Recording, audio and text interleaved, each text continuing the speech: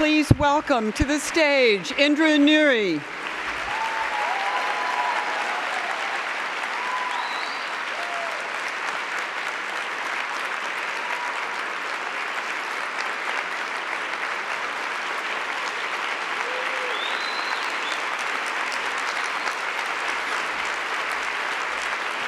Thank you. Thank you.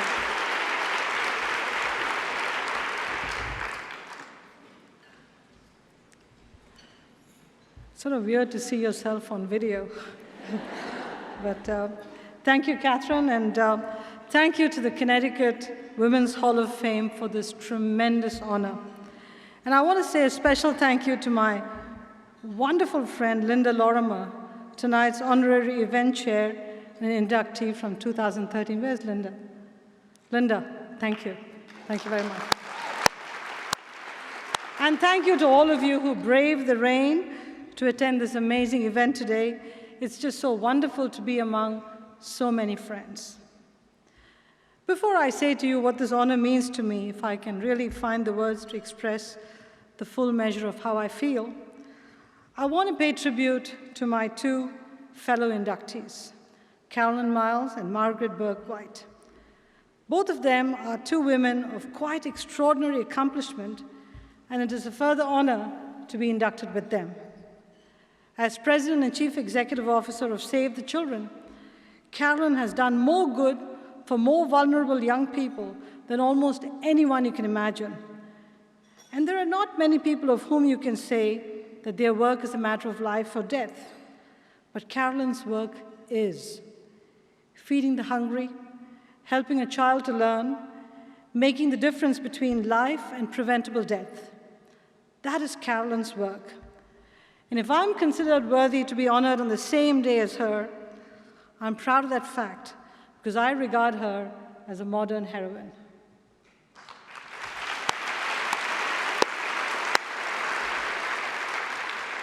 The same description applies to the courageous and remarkable Margaret Burke-White.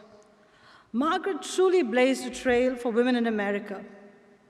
All her career, Margaret seemed to be doing the first draft of history, the first foreign photographer to take pictures of the Soviet industry, the first female American photojournalist to cover a war, the only American photographer in Moscow when German forces invaded.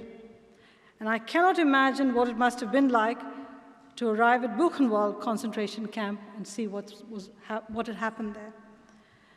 She took iconic pictures of Mahatma Gandhi at a spinning wheel and Muhammad Ali Jinnah, the founder of Pakistan, upright in his chair. Margaret Burke-White's pictures of the violence of partition are historic and heart-rending. What a life. What a story she told. It was the story of the 20th century. And I want to offer to you that next to their stories, my story seems like a small tale. I came to the United States from India in 1978 to study at the Yale School of Management. I immediately made a connection that in my heart I've never broken. Connecticut was my gateway to America. I loved it then. I love it now. Back then, I was new and naive. I had so much to learn about American culture and society. But from day one, this state opened its arms and clasped me to its breast. It gave me the most incredible welcome, and I felt at home immediately.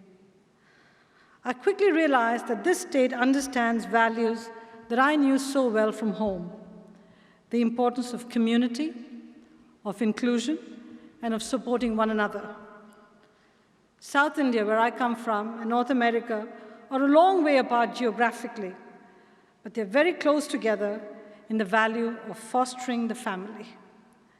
And that's the essence of why I chose to raise my family here and why we still call Connecticut our home all these years later. I realize that, as an adopted daughter of Connecticut, I now stand in a long and proud tradition. There are so many honorees in the Connecticut Women's Hall of Fame who are famous not just across the country, but all around the world, such as Katharine Hepburn, Dorothy Hamill, and Harriet Beecher Stowe. But I would also like to reference those women honored by the Connecticut Women's Hall of Fame who may not be famous away from the state lines, but have made a great difference to the Connecticut community. Women like Martha Minerva Franklin, who fought for racial equality in the nursing profession. Women like Ellen Ash Peters, who served as Chief Justice on Connecticut's Supreme Court. And women like Mabel Osgood Wright, who founded the Connecticut Audubon Society and established America's oldest private songbird sanctuary. I am deeply honored to be thought of in the same rank as these women. Women are making great strides all over the globe. We are earning more degrees and growing our numbers in the workforce across the world like never before. But equality has not yet been achieved, and big challenges remain, such as balancing work and family responsibilities and establishing ourselves in those industries that are still male-dominated.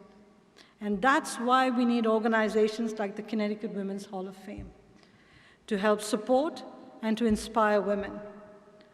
So let me say a word of thanks to all of you for all you do for women.